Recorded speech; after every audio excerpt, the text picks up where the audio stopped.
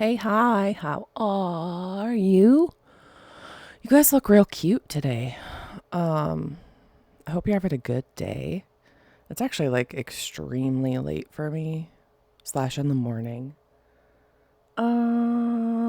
Welcome. It's episode 4. We're gonna talk about music today. But again, sorry I'm late. I didn't forget, but I had to feed my hedgehog. Again, that's not a lie. She's so cute. She, for some reason, she likes to eat out of the side of her food dish that's the tallest. I don't understand why. She just does. I watched her today, tonight, fold herself in half in her food, like feet on the ground, back feet, right? Front feet in the bowl, folded in half hedgehog. Picture it. Picture it. It's real cute. I didn't even think to get a picture. But anyway, she's doing good. As always, I'm bevied and baked. I have a diet Dr. Pepper. I don't know. It's good. I am burning a random incense that I think I've had for like 16 years. 16 years. Or so. I got it. I know I got it when I was in my teenage years before I met my husband. But so far, like, they're in a grab bag. I got them at this like music store that was also selling incense and stuff. Like, there was a weird back room you could walk into, and it was like 18 plus. But us like 17-year-olds would sneak in there and be like, huh, they'll never know. Ha ha ha ha. But like for some reason the incense were back there. And I remember like the pillars of incense, like the round circle things that have all of them in them. In them. I don't know what they're called, but the things the like carousels of incense that you can get. It's a grab bag from one of those that I got a very, very long time ago. They still work great. But I have no idea what the scent is or what it is made of or anything like that, but it smells nice. Sorry, I had to take a drink of my Dr. Pepper. All right, anyway, what are you guys doing? What are we doing? That's right. We're here to do a podcast. Yeah, today I'm going to talk about how music is magic. And I truly believe that. I am one of the lucky and maybe sometimes unlucky ones who is very, like, almost spiritually attached to music. It impacts my mood from crazy joy to immense sadness. I also always throw in some rage too, for good measure, Avi. But it kind of acts as my therapy, my motivation. My wake up each morning is random music from my my alarms is random music from my Spotify. It's really great. I get really surprised sometimes by what I get woken up by, but it's a really cool feature. I like it. But yeah, I get woken up by music every day. It sets the tone for a lot of events. Also, like just general cleaning around the house or sitting on the patio on a nice day. Excuse me. But there's nothing I love more than slapping on my Sonys and diving into whatever my soul is craving. I know that I'm immersed when music is around me. I have playlists for moods. Like, I literally have one called I Just Want to Be Sad. And if y'all get that, then you know me. Music is a getaway for me, an experience that tells a story, much like I'm doing here today. Though I will never argue, music is way, way, way cooler than whatever it is that I'm calling this. Music is magic. And you're going to hear me say that a lot because I really just truly believe it. It's really great for the soul. But that also could be my brain just making me think that since music gives me the goods, it gives me the goods. So maybe my brain is like, yeah, tell people that music is awesome. But I was thinking, how does music impact the brain? Obviously, not everyone experiences music in the same way. I was curious, though, to find out what the connections are to whatever gives me those sweet, sweet morsels of dopamine.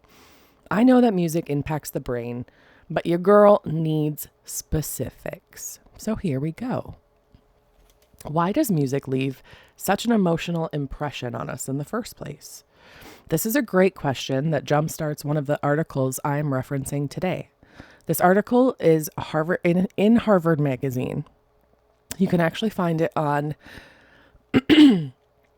oh my gosh, I'm so sorry. You can find it on magazine.hms.harvard.edu. It's authored by Allison Eck. And Allison Eck, you a real one. We appreciate you. All right, so Patrick Whalen, he is a Harvard Medical School lecturer in pediatrics at Massachusetts General Hospital and an instructor of the Harvard Extension School Course School Course of Music and the Mind. He believes that the answer to the question is partly due to evolutionary biology. The earliest mammals, most of them likely nocturnal, had to rely on their hearing and sense of smell as defensive mechanisms. They were hyper-focused and hyper-attentive. According to Whalen, the modern experience of listening to live music can be viewed as a fragment of that original mechanism. These sounds, music / ambiance / whatever, they travel through the ear and into the temporal lobe, which identifies parts of the soundscape. It identifies the sounds and tags their components as familiar or unfamiliar. This all influences the ANS, or the autonomic nervous system. This is the same system that controls breathing and heart rate. So yeah, I guess I kind of understand why we're impacted by music. But again, not everyone is that impacted. Question mark, question mark. I mean, I have so many questions on like the different people, and how different people experience music. Cause like me and my husband are not the same. He gets emotional about different music than I do, or hardly gets emotional at all. And I am like, it's, I don't know. It's crazy. But, I lost my place. Ooh, also you guys, I'm cheating, I guess, or maybe I've given up all hope on handwriting notes. But if I'm going to keep up on the rate that I'm going, I really don't think I can handwrite my notes anymore because it takes so long and my hand really hurts. So I did type these. So don't judge me, but I did also lose my space. I am so sorry. So anyway, it also depends on the type of music that is playing. So like the, like from Jason or whatever, that would cause your heart rate to probably go up. Whereas throwing on some soft jazz would probably do the opposite. Although some jazz may not do that for me. I do fucks with some Fats Domino though. If you've never listened to Fats Domino, Blueberry Hill, put it on. It's glorious. However, I did take an evolution of jazz class in college, and if you have never sat through a Ken Burns film documenting the entire history of jazz, wait to judge me until after you've done that, okay? I do enjoy some jazz, but anyway, smooth jazz, as an example, may lower your heart rate. I also had to listen to like 5 hours of jazz a week, by the way. I have PTSD. Moving on. So, we're moving on to Andrew Budson. He is the Chief Cognitive and Behavioral Neurology at the Veterans Affairs Boston Healthcare System. And he has a quote in this article, and it reads, "Music also lights up nearly all of the brain, including the hippocampus and the amygdala, which activate emotional responses to music through memory, the limbic system, which governs pleasure, motivation, and reward, and the body's motor system. This is why it's easy to tap your feet or clap your hands to musical rhythm. The brain's elaborate, again, I'm so sorry. The brain's elaborate receptivity to music means that lots of different things are going on simultaneously. So music ends up being encoded as a rich experience. I know that it is for me. Brain activity in patients with certain disorders reveals unexpected connections with brain activity in people as they listen to music. Dr. Pepper break. I used to take page, flip breaks. Now I'm taking Dr. Pepper breaks.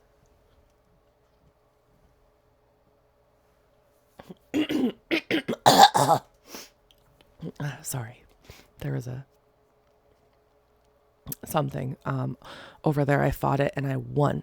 You're welcome. I protected you. All right. So Andrew Budson, right? He is the guy at the place. But okay. Brain activity in patients with certain disorders reveals unexpected connections with brain activity in people as they listen to music. Although models of obsessive compulsive disorder pathopsychology are varied, evidence suggests that the condition is caused by faulty neural circuits in the orbital frontal cortex, or the OFC, anterior cingulate cortex, caudate nucleus, and anterior thalamus. Sitting just above the eye sockets, the orbital cortex involved in decision making is hyperactive both in people with OCD and, intriguingly, in people as they listen to music. By the way, I was looking up how to pronounce caudate nucleus, and it kind of looks like a little green bean in the brain. I saw it. It was wild. You can look it up on the Wikipedias. If you don't have internet, I demand that you get up and go to your public library. I'm telling you, it's worth it. You have to see the green bean brain thing. It's the caudate nucleus. Anyway, I'm obviously just kidding. Unless you want to. Fuck it up, fam. So why does music have such an impact on our orbital frontal cortex? One key way is that music generates emotions on the listener is through patterns of tension and resolution. The way such patterns play out together with the way that music fulfills or violates our expectations manipulates and reveals how the brain handles complex cognitive processes like prediction and anticipation. Fun fact, this is also why you sometimes get goosebumps. Goosebumps, I think, are like the reward. Your brain knows or anticipates that something is coming. In this case, super epic beat drops of your favorite synth, techno, dubstep, weird shit that you like to listen to, but your brain knows that it's coming. And when it does, boom, goose pimples all up on the bitch. Back to it. Sorry, I know. Individuals who are diagnosed with OCD excessively anticipate bad things happening and engage in obsessive thoughts or behaviors as an attempt to resolve or prevent those fears from becoming reality. In other words, their orbital frontal cortex runs on overdrive, just as it does within a person with or without OCD when they listen to music. But in the case of a person with OCD, hyperactivity in the OFC is a systematic negative effect on the rest of the brain. Although hyperactivity itself may not necessarily be the root cause of OCD symptoms, it is part of the OCD story, and why the way music leverages build up and release is a variation on that theme. Super interesting stuff, I think, at least. Also, I'm going to reread that last sentence because I feel like I didn't read it right. So it says, although hyperactivity itself may not necessarily be the root cause of OCD symptoms, it is part of the OCD story. And the way music leverages build up and release is a variation on that theme. There, I feel like that was so much better. You deserve it. The universe deserved it. Okay, so yeah, I never thought to compare the disorders to experiences with music. But I do think that's really interesting to dive into that type of thing. I think so much regarding mental health, psychology, and science around how the brain works is absolutely crucial. When it just comes to survival, I guess, as a species. I mean, maybe not survival. I would say well-being as a species. I do think well-being is a better word to describe this, but music itself doesn't stop or doesn't seem to have a specific survival advantage. Like, a crazy part of being human is our capacity to experience feelings of pleasure from really complex patterns of auditory or visual stimulation, like music and artwork. These activities do not necessarily add to survival as primary pleasures do, such as sex or food. Also, I never knew that there were primary pleasures. I mean, I never knew it had a term, I guess. It's neat. Anyway, this raises questions about the ultimate goal of the reward-related signals that they can induce, in most humans, and the neural circuits underlying such a particular pleasure. Previous research has consistently shown that music-evoked pleasure is accompanied by physiological changes in the autonomous nervous system. A PET study found that similar to processing of biologically relevant rewards. Oh my gosh, you guys, I'm really struggle busing today. I'm so sorry.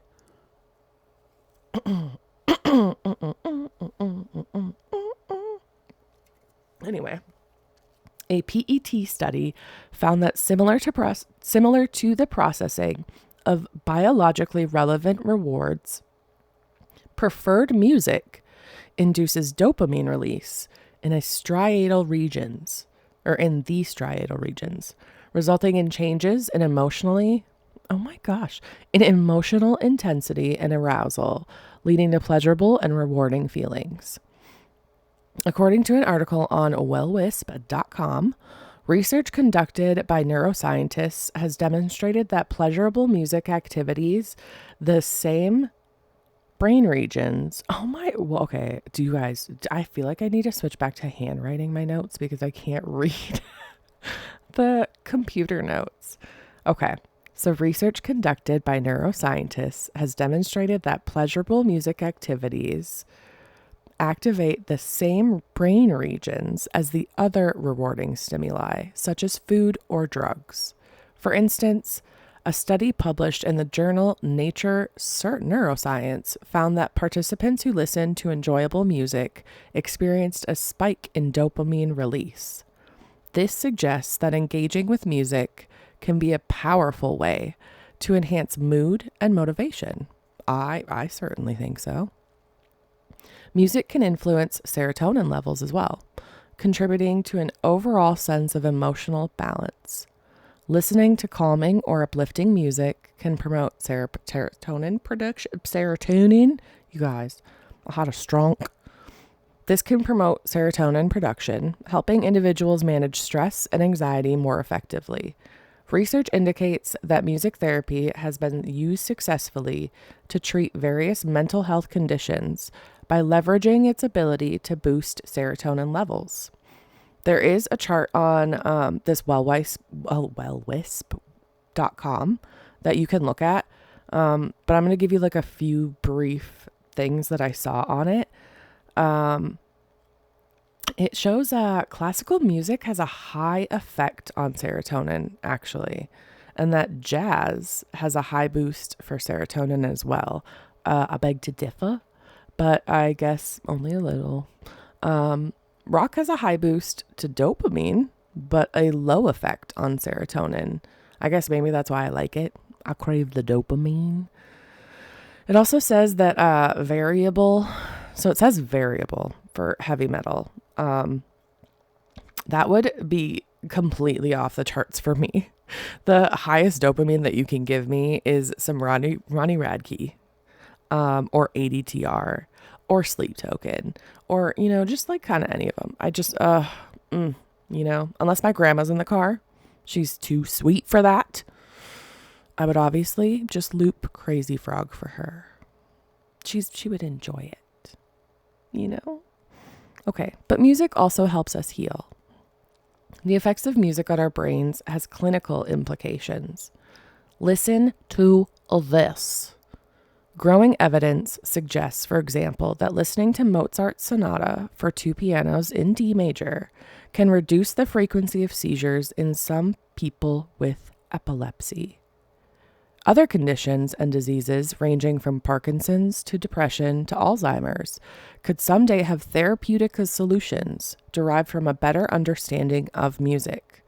For instance, by identifying the exact type of music able to provoke a particular cognitive, motor, or emotional response, there could be progress toward healing, improving, or compensating for disrupted brain function in various diseases. An increased understanding of brain mechanisms can facilitate this. There is a scientist guy named David Silbersweg. He is a Stanley Cobb Professor of Psychiatry at Harvard Medical School. He says that it's at all the systems level, it's at the systems level with brain imaging that you can directly correlate mental states and brain states and measure them. Neuroimaging provides a non-invasive way of correlating brain structural and functional abnormalities with specific aspects of music processing. Again, music is magic. I'm going to say it again and again and again. With a both immediate and long-term exposure to music, a person's neurons will fire in new ways, helping to shape communication pathways over time.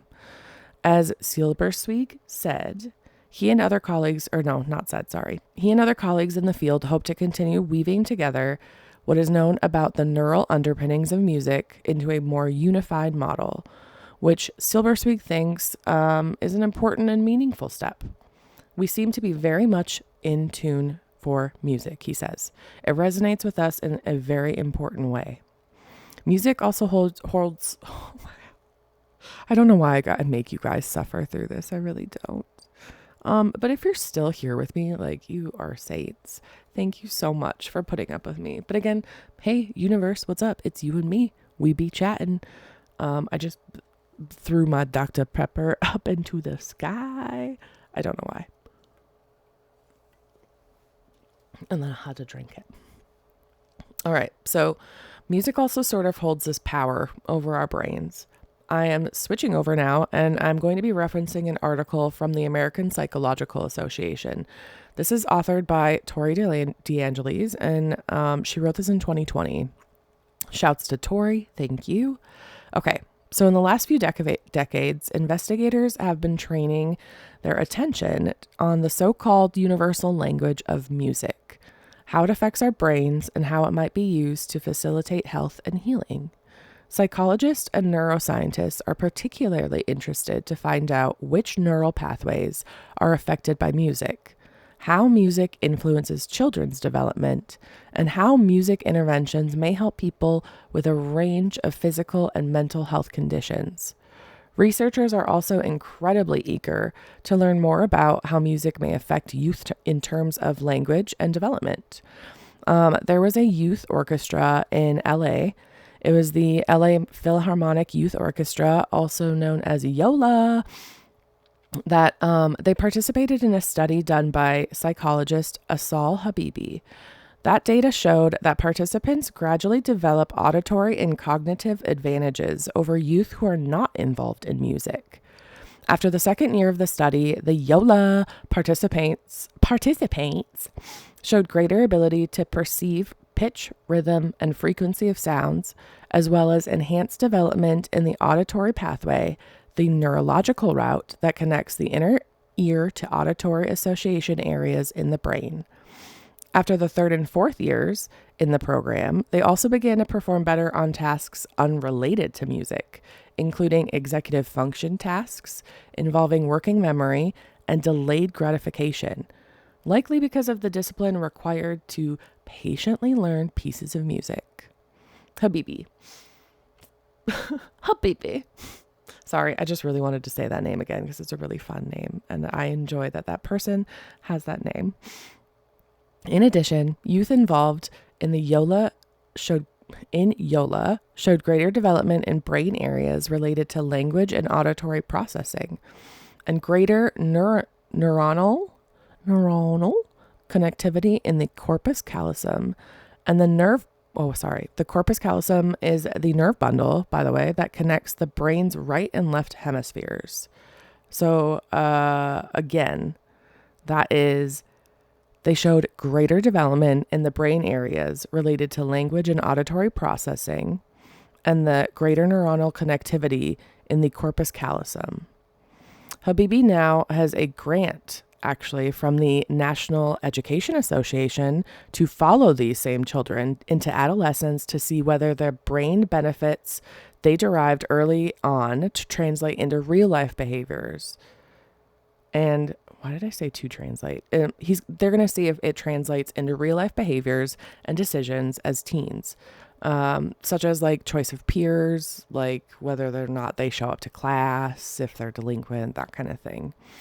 They also have a grant from the NIH Sound Health to compare differences in executive functioning among bilingual youth who are learning music and those who are learning music but only speak one language. You guys, this research is so freaking cool to me. I wish I could have portrayed it like better to you, but I have so much respect for these scientists and psychologists. Like, just wow, I'm in awe. I'm just sitting here reading this stuff to you, but these people like did this stuff. It's really cool. So much respect. All right.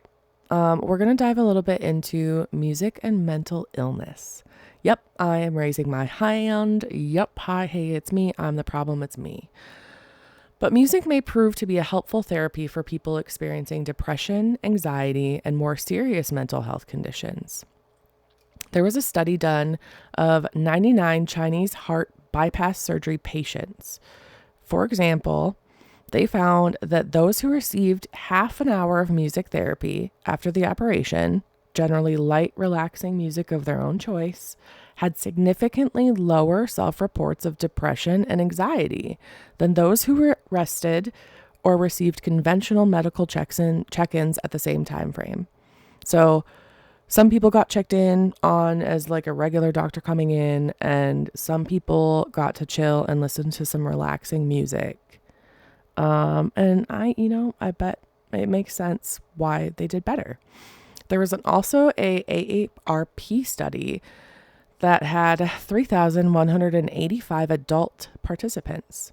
This found that music has a small but statistically significant impact on people's self-reported mental well-being, depression, and anxiety. I feel like I don't recall if I've ever been in a doctor's office that had like calming music playing. I will absolutely have to pay attention next time I am in the doctor's office. Either way, I mean, it's clearly not loud enough because if I'm still a wreck at the doctor. So maybe next time I go, I'll pop in like an earbud while I'm filling out my depression and anxiety forms. But then again, maybe I don't always have to do that. I do have to fill them out for my therapy visits sometimes. All right, guys, help me remember calming music before my next form filling outing thingy, okay? Don't let me down. You play a crucial role in this research. All right, getting back in. Let us not forget live music played together with people, right? I have been part of many, many jam sesh experiences, but from the outside in. I'm present, experiencing, enjoying, but never participating. I have always been way too heckin' anxious for that shit. But I do enjoy it so much. I have such an appreciation for like just all art forms, and music is just another one of those that I get to be awestruck and inspired by. I also desperately want to play drums someday, but I have like zero space and zero time. But I want to. I want to so bad. Okay, but music is a muse, and music is magic. And I stand by that. And again, I will say it over and over. Music is magic. So talking about music and physical, psychological health, researchers are looking at how music therapy may help verbal fluency and memory in people with Alzheimer's disease, and how singing in a choir may reduce loneliness and increase interest in life among diverse older adults. That is so heckin' cute, you guys. I think all older adults should just form choirs and sing together. Like, how cute is that? Music even shows promise in preventing injury. A study by neurologic music therapist Carrie Devlin and colleagues showed that music therapy can help older adults with Parkinson's disease and other movement disorders improve their gait and reduce falls. If you don't know what gait is, it's like the hips. It's something to do with the hips. Like, I'm so sorry. I was going to explain it, and then I was like, man, I don't know. It has something to do with something. All right. I think I could go on endlessly about all of these things and how music connects and dopamine and all of that. It's been such a fun ride. But at least here's my little nibble, my offering. Hopefully it was a distressor for you. And oh my gosh, if you could get through all of my like flub ups, good for you. But yeah, I don't know. It's also funny how this whole time I'm like, oh, you guys, you just got to listen to music, just constantly only listen to music. It's so good for you. And I do a podcast. But I mean, either way, listen to that advice too, of listen to music all the time, make your heart happy, do it for the heart, just do it for your heart. Oh, you guys are saints. You've made it. Have a really good night, day, time, whatever. Let me know in the comments if you have any ideas or like, I just generally love research. Also I have an Instagram now. That's Lax Unpacks Pod, and I'm on Threads, and yeah. Okay, love you so much. Bye.